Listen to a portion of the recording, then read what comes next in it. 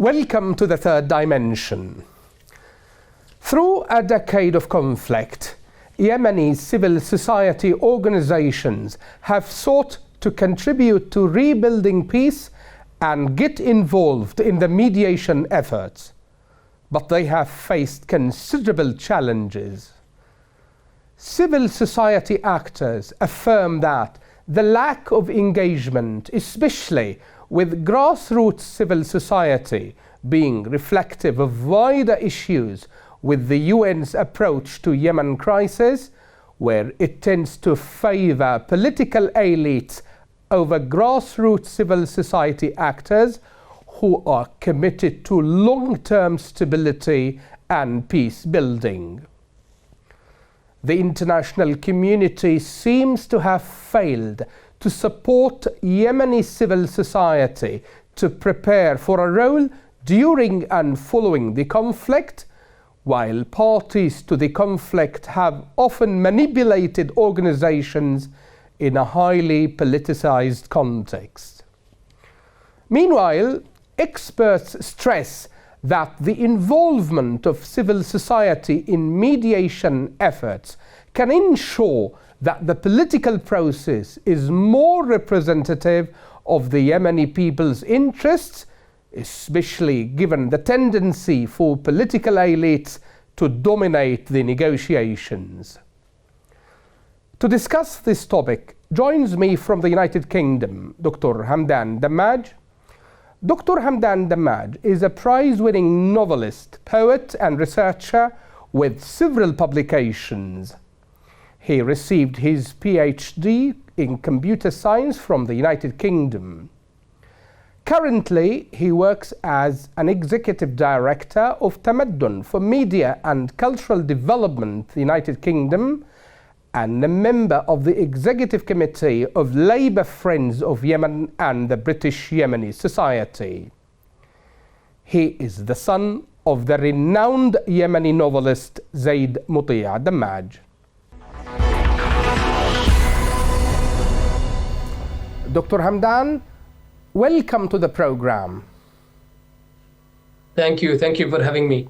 Okay, now if we start straight away, Dr. Hamdan, okay, now almost a decade of conflict in Yemen, and the political horizon does not seem ambitious. The question is, through the lens of a Yemeni civil society activist and a peace advocate, how would you describe the possibility of the political solution in the country?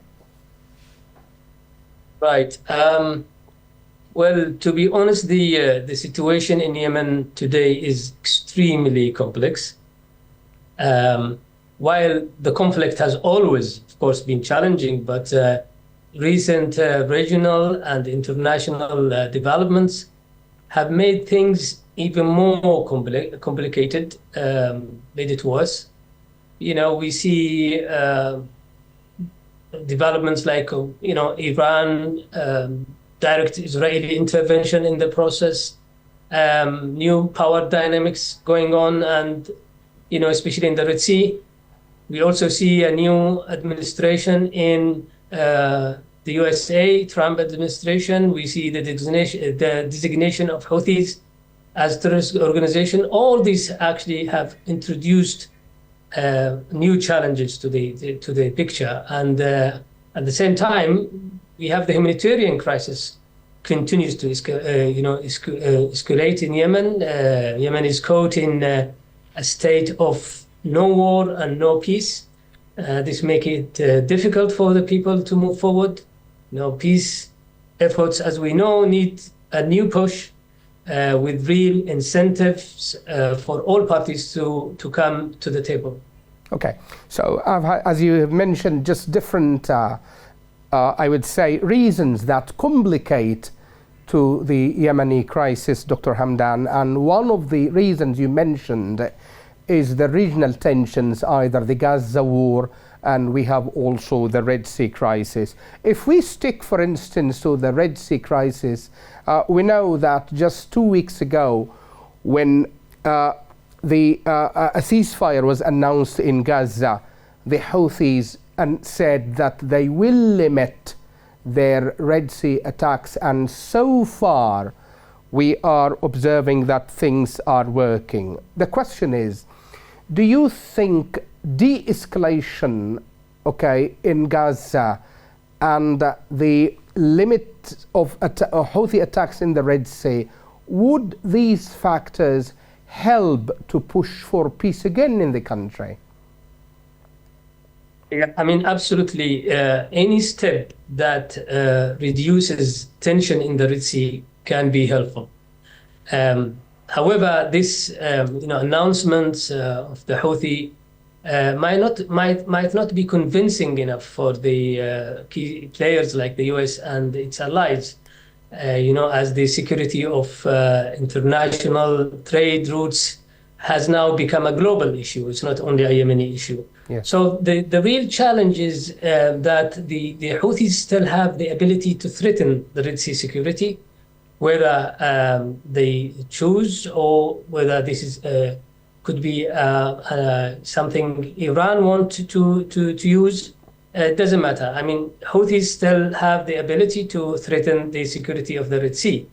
As I said, whether a coordination with Iran or for its own political leverage.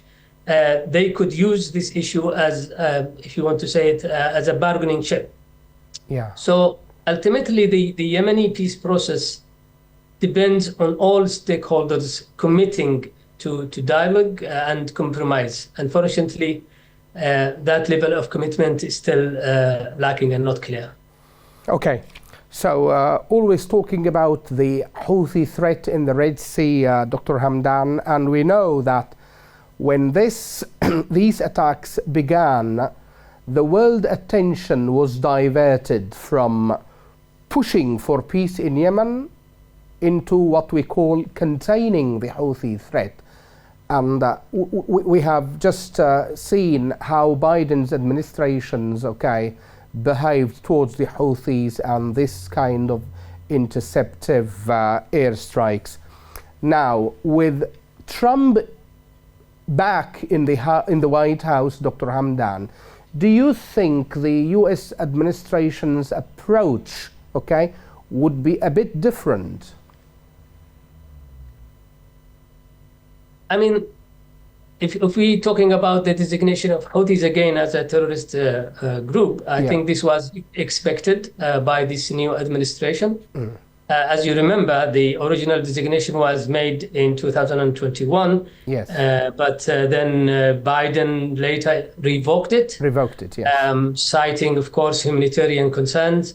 Now with the Houthi actually directly attacking U.S. ships and threatening the Red Sea security, I think Trump has reinstated the designation, and that was really expected move.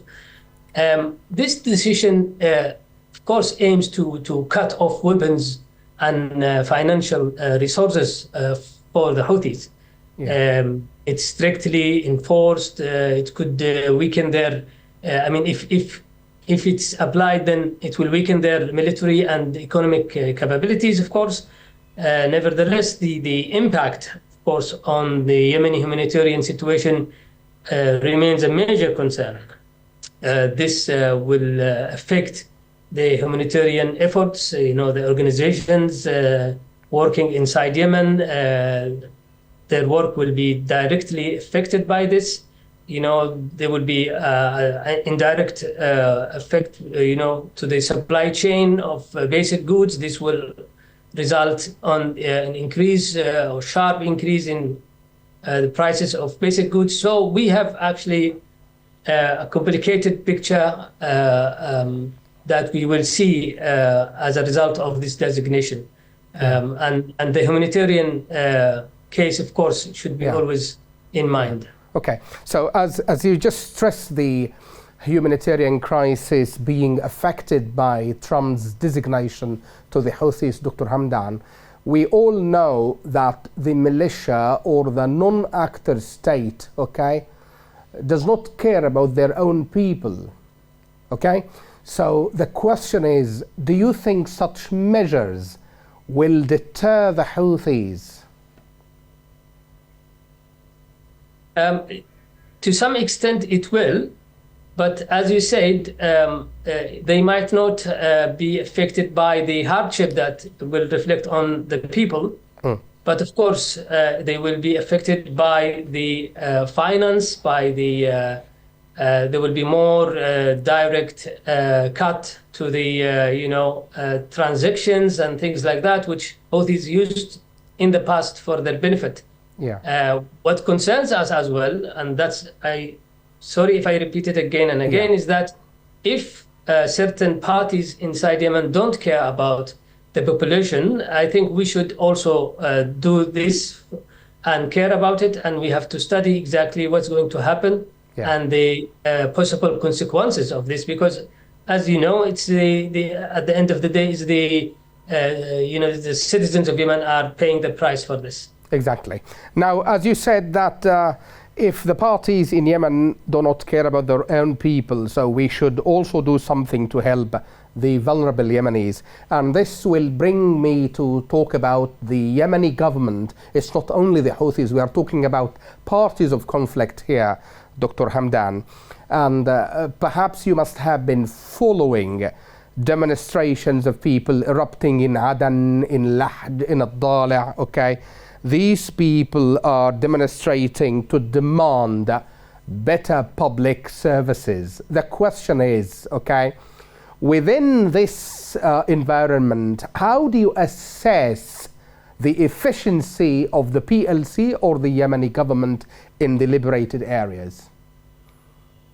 Right. I mean, what's happening in cities like Eden with the electricity problem and all the hardship the people actually suffering is unprecedented and not acceptable, to be honest, because they are not under the same situation like those in the areas under Houthi control, and people would expect the level of services to be much, much better. Coming to your question about the Yemeni government or the PLC, I think the Presidential Leadership Council was, as you know, formed in 2022 as part of the Riyadh Agreement, and the idea was to unify the anti-Houthi camp, perhaps. And the different factions that they constitute a legitimate government. However, more than 2 years now, the council actually remains fragmented to some extent, and its ability to govern effectively is still in question, and that's actually whether it is the council or the government. I think for the PLC to be successful in the future, to run the country well, it must act quickly to do the following. It has to develop a clear political and governance strategy, and to present a unified message, a unified narratives, both for Yemenis and the international community, and to resolve the internal conflicts and build trust among their members. And this is very fundamental requirements for their success. Yemenis and the world want to see a strong united leadership, and not a divided council with competing agendas. This will not help them. It will not help Yemen. It will not help the peace process itself. Okay, so we are done with the parties of the conflict, Dr. Hamdan. Perhaps we can now dig into the core of this interview, which is the role of civil society, Yemen civil society. Now, Dr. Hamdan, as a person who is leading one organizations in the diaspora, okay, we hear about meetings of the Office of the Special Envoys there in Amman, there in Aden, okay, involving youth, involving civil society organization. The question is, Dr. Hamdan, are civil society organizations really involved in the mediation efforts? I wouldn't say they are involved in the mediation efforts in, like the official ones, but they are very much involved in the peace-building process. And peace-building process is a big process that involves different actors. if I want to speak about the Yemeni in the diaspora, for example, their role in helping, the peace process, I think the Yemeni peace process requires continuous engagement, not just from politicians, but also from civil society and the global Yemeni community. The Yemeni diaspora has historically, as you know, played a major role in shaping the country's future.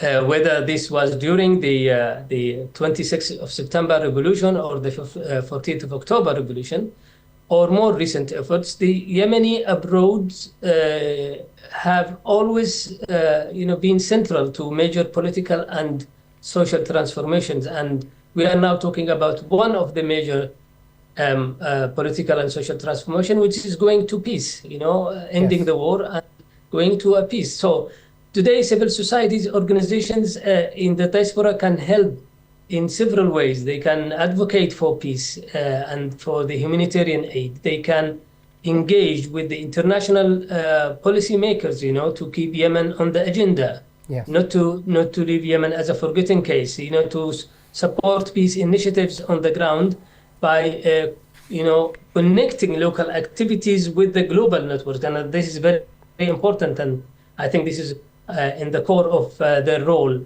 and duty, actually, to play for the peace process. Yeah, okay. Now, as you have raised it already, Dr. Hamdan, okay, you are also a member, always talking about the role of Yemen civil society in the diaspora. How can they push for peace or even alleviate the human suffering of Yemenis? Now, as a member of the Executive Committee of the Labour Friends of Yemen and the British Yemeni Society, and by the virtue of this position, Dr. Hamdan, okay, would you tell us about things that you have done in order to lobby for your country?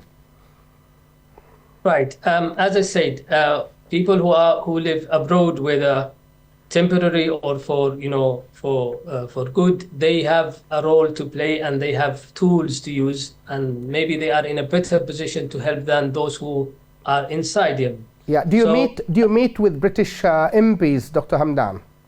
Yes, of course. So, for example, the people abroad can actually have a very direct link with the politicians of that country, and they always can explain the Yemeni case better than anyone else. Yes. We have an experience with this in the United Kingdom here. We have established a group within the Labour Party, and we call it the Labour Friends of Yemen. Yes. And the idea was for the Labour Party at that time, which was in the opposition still. Yeah, but now they are in office. They are now in power, yes, they are the government.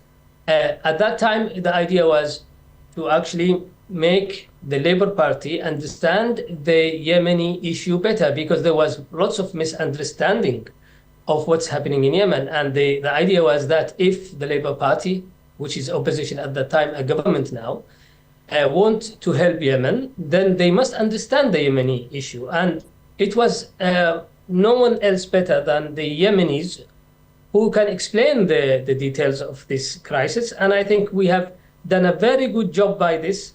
The Labour Friends of Yemen has been expanded then. It has affected the way the Labour Party dealt with the Yemeni issue. And we still work as a consultation body for the British government when it comes to Yemen. Yeah. This is just an example, a small example of what the Yemenis abroad can do. Yes. And the other things they can do is also they can, through their organizations, their work, they can get directly involved in the peace process. And this is what we are doing, for example, in one of the projects we do in Tamaddun. Tamaddun is a foundation here in the UK. And part of what they do is we are engaged with the peace-building process in Yemen through some projects funded by the British government. And the idea was for us in this project is to actually help the, if we can call it the peace forces inside Yemen, whether they are peace advocates, peace persons, peace groups to agents. actually come together, coordinate their work so that they become a number. Because what we have noticed is that people want peace inside Yemen, but they don't know how to reflect their voices, how to raise their concerns, and how to become actually a player. If you notice that they don't exist when it comes to negotiations, for example. So the idea was how to actually get them together to form kind of a representative body for all these efforts, and so that these efforts can actually have a great effect. And we believe that Yemenis inside Yemen are the first drive for peace, because this is their interest and this is their future. Okay. Now, within your organization and these working forces on the ground, Dr. Hamdan, do you reach government-held areas or also Houthi-controlled areas? No, we try to reach all areas in Yemen. If you want to make peace, you have to talk to all different people involved in the conflict. There is no point of talking to people who actually with peace, but they don't have any channel of communication with the others. So we go as far as we can to different places, whether Sana'a, whether other other places in areas under Houthi controls, and we go, of course, to other provinces in the south and in the east. Okay. Now, if you would like to wrap up this conversation, Dr. Hamdan, okay, but away from politics, perhaps focusing on you as Dr. Hamdan, the novelist, the poet, and the writer. And just a final question, if you may. The question is, how conflict, Dr. Hamdan, how the idea of conflict has shaped your literary works? Right. I mean, I think writers, creative, people are not, away from what's happening in Yemen. They should be in the core and the heart of the suffering of the Yemeni people, and I think they realize that they have a role to play.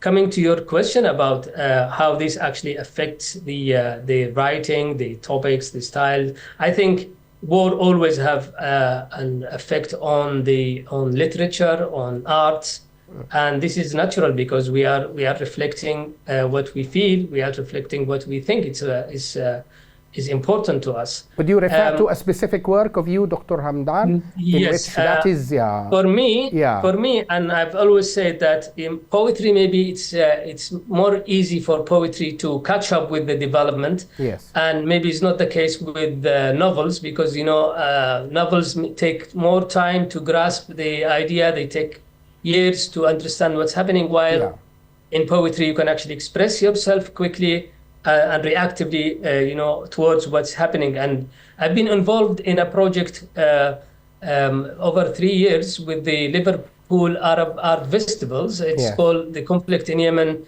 Poems of Hope and War.